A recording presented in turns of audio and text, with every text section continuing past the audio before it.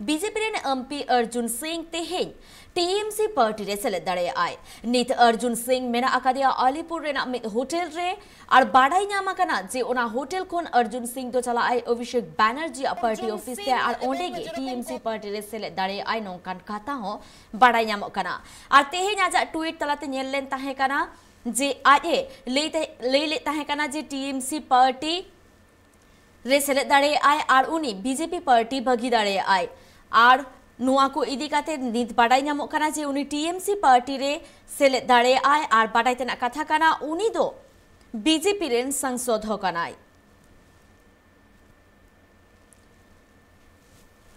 नुआ इदी काते नित राजारी चर्चा दो एतोहब रेगे मेना आकादा मेन दो तुंगे रेगे मेना आकादा तेहें बीजेपी सांसद अर्जुन सिंह टीएमसी पार्टी रे सेलेद दाड़े आय नोंकाना कथा गे बाड़ाई नामोग कना और जहां लेका बाड़ाई कना उनी दो कैमक स्ट्रीट अभिषेक बैनर्जी ऑफिस ते सेटर दाड़े और ओंडे सेटर काते गे उनी दो टीएमसी पार्टी रे सेलेद दाड़े एटा सेद बाड़ाई नामा कना जे टीएमसी पार्टी रेन मारांग आगुआन मदन मित्र मेना कादाय जुदि उनी टीएमसी पार्टी रे सेलेद खान एनखान उनको दो उनी को आतंक दाड़े मेया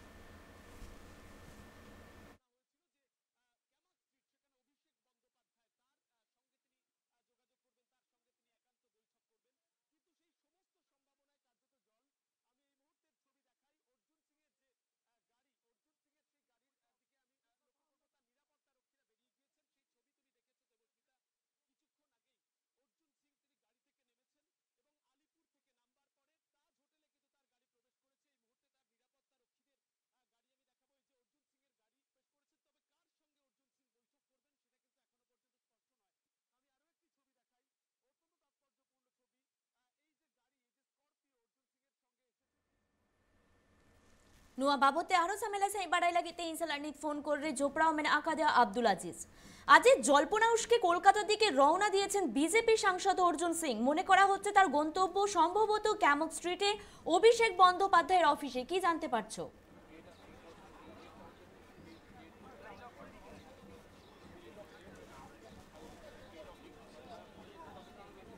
देखो रविवार बिकेले बंग राजनीतिर केंद्रबिंदु कैमक स्ट्रीटर तृणमूल कांग्रेसের कार्यालय जेटी मूलत अभिषेक बंद्योपाध्यायेर अफिस बोले परिचित एवं এই অফিসেই কিন্তু এখন বঙ্গ রাজনীতির কেন্দ্রবিন্দু এবং সমস্ত ফোকাস এখানে তার কারণ আজকে সকালেই জল্পনা উস্কে দিয়েছেন আরো বেশি করে ব্যারাকপুরের বিজেপি সাংসদ অর্জুন সিং বিগত কয়েকদিন ধরেই তিনি বেসুরো বিভিন্ন ইস্যুতে তিনি কেন্দ্রের বিরুদ্ধে কথা বলছিলেন তার নিজের পার্টির বিরুদ্ধে কথা বলছিলেন এবং আজকে সকালে তিনি জানিয়েছেন যে রবিবার বিকেল এবং সেই রবিবার বিকেলে আরও অনেক কিছু নাটকীয় মোড় হয়তো আমরা দেখতে পারি বঙ্গ রাজনীতিতে এবং সেই মতোই অর্জুন সিং নিজের বাড়ি থেকে বেরিয়ে কলকাতার উদ্দেশ্যে রওনা দিয়েছেন এবং রওনা দিয়ে তিনি উঠেছেন শহরের একটি 5 তারা হোটেলে পাশাপাশি ক্যামক স্ট্রিটে অভিষেক বন্দ্যোপাধ্যায়ের অফিসে প্রথমে এসে উপস্থিত হয়েছিলেন জ্যোতিপ্রিয় মল্লিক পরবর্তীকালে পার্থ ভৌমিক এবং তার পরবর্তীকালে সর্বশেষ আমরা দেখলাম যে ব্যারাকপুরের বিধায়ক রাজ চক্রবর্তী তিনিও এসে উপস্থিত হয়েছেন অভিষেক বন্দ্যোপাধ্যায়ের অফিসে অভিষেক বন্দ্যোপাধ্যায় রয়েছেন এবং সূত্রের যেমনটা খবর যে অভিষেক বন্দ্যোপাধ্যায়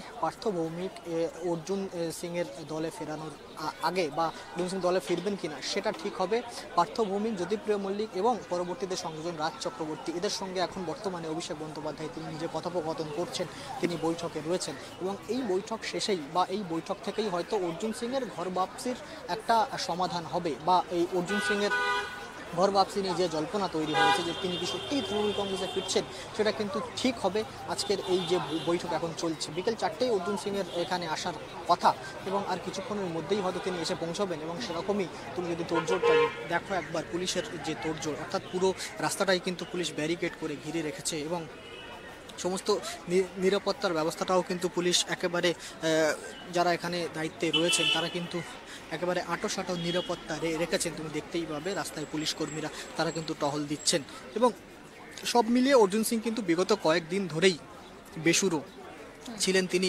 বিশেষ করে চটকলগুলি যেগুলি রয়েছে পাট যে শিল্প সেই সমস্ত বিষয় নিয়ে অর্জুন সিং কিন্তু লাগাতার সরব হচ্ছিলেন তার দলের বিরুদ্ধেই এবং তার যে কেন্দ্রীয় সরকারের যারা মন্ত্রীতে রয়েছেন তাদের বিরুদ্ধে সরব হচ্ছিলেন অর্জুন সিং এবং আজকেই কিন্তু একেবারে সকালবেলা তিনি যে মন্তব্য করেছেন ইঙ্গিতপূর্ণ মন্তব্য করেছেন এবং তারপরে আরও বেশি করে জল্পনা জল্পনাতে ঘি ঢেলেছেন মূলত। এবং তারপরে আমরা দেখেছি যে তিনি কিন্তু কলকাতার উদ্দেশ্যে রওনা দিয়েছেন, তিনি কলকাতায় এসেছেন, একটি পাঁচতারা হোটেলে বর্তমানে তিনি রয়েছেন।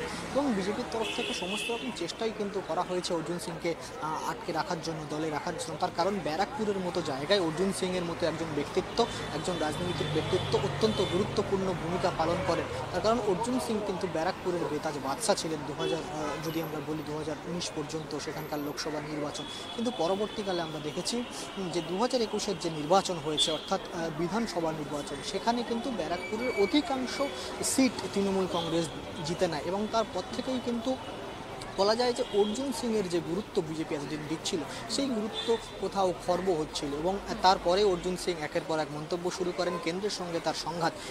এর মধ্যেই কিন্তু তিনি দুবার কেন্দ্রে অর্থাৎ দিল্লিতে গিয়ে তিনি বৈঠক করেছেন কেন্দ্রীয় নেতৃত্বের সঙ্গে, কিন্তু তারপরেও তাকে আটকে রাখা যায়নি। তিনি বেরিয়েছেন বাড়ির থেকে এবং সূত্র মারফত যেমনটা জানা যাচ্ছে যে তিনি এসে অভিষেক বন্দ্যোপাধ্যায়ের সঙ্গে বৈঠক করবেন এবং আজকেই হয়তো আবারও তিনি পুরনো দলের পতাকা হাতে তুলে নেবেন। অর্থাৎ অর্জুন সিং একসময় তৃণমূলের ঘরের ছেলে ছিলেন, তিনি আবার বিজেপিতে গিয়েছিলেন, আবার তার ঘর বাপসি হয়তো বা আজকেই হতে পারে এবং তিনি সেই পুরনো দলের ঝান্ডাটাই হয়তো আজকে হাতে তুলে নেবেন অভিষেক বন্দ্যোপাধ্যায়ের নেতৃত্বে।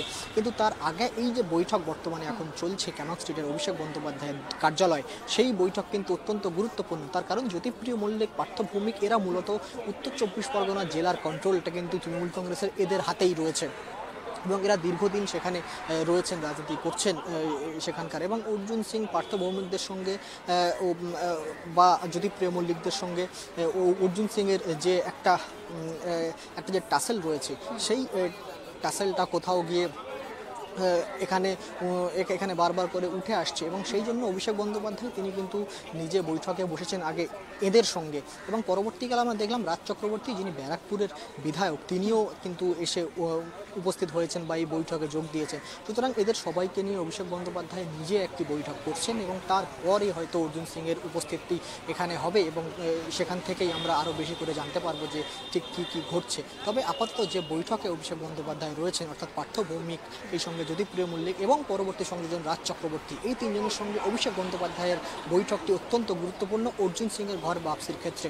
দেখো, এক প্রকার ইঙ্গিত কিন্তু তৃণমূল কংগ্রেসের নেতারা সকাল থেকেই দিচ্ছিলেন যে অর্জুন যদি ফিরে আসে তাহলে যেন আর দল না বদল করে বা পার্থ ভৌমিক, জ্যোতিপ্রিয় মল্লিকরা যেমনটা বললেন যে দলের সর্বোচ্চ নেত্রী মমতা বন্দ্যোপাধ্যায় বা অভিষেক বন্দ্যোপাধ্যায় সর্বভারতীয় তৃণমূল কংগ্রেসের সভাপতি, তারা যদি মনে করেন যে অর্জুনের প্রয়োজন রয়েছে তৃণমূল কংগ্রেসে, অর্জুনকে যদি তারা দলে ফিরিয়ে আনেন তাহলে কিন্তু দলের অন্যান্য কর্মীদের কোনো রকম আপত্তি থাকার কথা নয়। তার কারণ দলের সর্বশেষ কথা বা সর্বশেষ সিদ্ধান্ত কিন্তু মমতা বন্দ্যোপাধ্যায়, তিনি তৃণমূল সুপ্রিমো। সুতরাং সেই জায়গা থেকে দাঁড়িয়ে অভিষেক বন্দ্যোপাধ্যায় নিজে বৈঠক করছেন এবং সেই বৈঠকেই হয়তো অর্জুন সিংয়ের তৃণমূলে ফেরার যে ভবিষ্যৎ, সেই ভবিষ্যৎ নির্ধারণ হবে যে তিনি আদৌ ফিরছেন কি ফিরছেন না। তবে আপাতত তোড়জোড় কিন্তু একেবারেই কাউন্টডাউনের কথা বলেছে। তো এই কাউন্টডাউন কিসের ইঙ্গিত দিচ্ছে?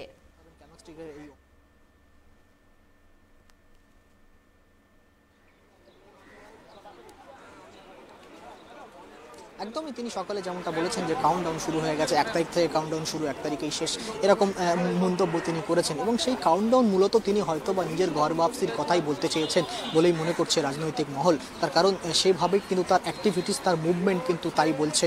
তিনি সেখান থেকে বেরিয়ে তিনি কিন্তু কলকাতার একটি পাঁচতারা হোটেলে এসে উঠেছেন এবং তারপরেই অভিষেকের ক্যামাক স্ট্রিটের অফিসে কিন্তু একেবারে বলা যেতে পারে তোড়জোড় শুরু হয়ে গিয়েছে। পুলিশ ব্যারিকেডিং থেকে শুরু করে অভিষেক বন্দ্যোপাধ্যায়ের প্রবেশ, তার আগে জ্যোতিপ্রিয় মল্লিক, পার্থ ভৌমিকদের আগমন এবং পরবর্তীকালে ব্যারাকপুরের বিধায়ক রাজ চক্রবর্তীর আগমন, এই সব কিছুই কিন্তু ইঙ্গিত দিচ্ছে যে হ্যাঁ, অর্জুন সিং হয়তো বা আবারও নিজের ঘরেই ফিরছে, তৃণমূল কংগ্রেসে আবারও অর্জুন সিং ফিরছে। তবে সেই নিয়ে এখনও শিলমোহর কিন্তু পড়েনি। তার কারণ এই যে বৈঠক চলছে, এই বৈঠক শেষেই হয়তো সেখানে শিলমোহর পড়বে যে অর্জুন সিং তৃণমূলে ফিরছেন কি ফিরছেন না। ভগবান, জল্পনা শুরু হয়েছে তার দল বদলের, এই বিষয়ে বিজেপির পক্ষ থেকে কি প্রতিক্রিয়া মিলেছে?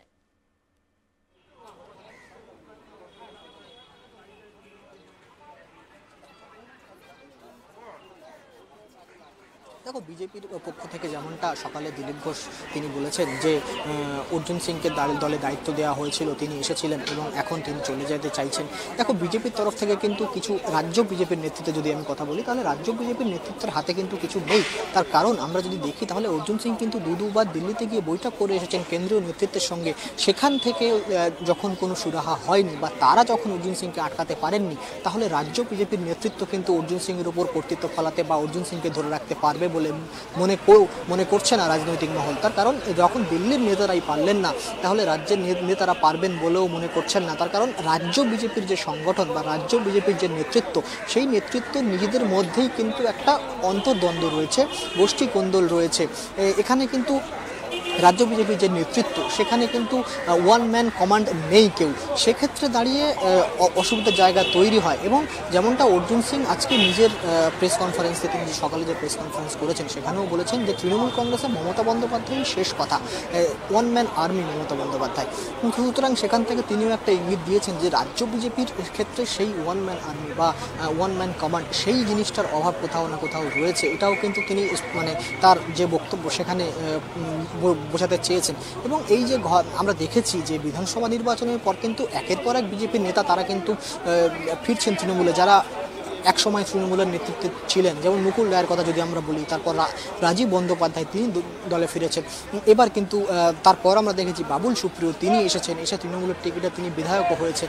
এবার কিন্তু পালা কি তাহলে অর্জুন সিংয়ের? এই প্রশ্নটাই কিন্তু এখন ঘোরাফেরা করছে। আর কয়েক ঘন্টা বা কয়েক মিনিটের মধ্যে কিন্তু সেটাও স্পষ্ট হয়ে যাবে যে আদৌ অর্জুন সিং আবারও নিজের পুরনো দলের পতাকা ধরছেন নাকি ধরছেন না।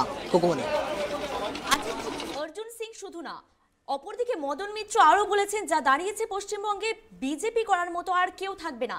এক্ষেত্রে কি তিনি স্পষ্টত জানাচ্ছেন যে অর্জুন সিং আজ টিএমসি পার্টিতে যোগদান করবেনই?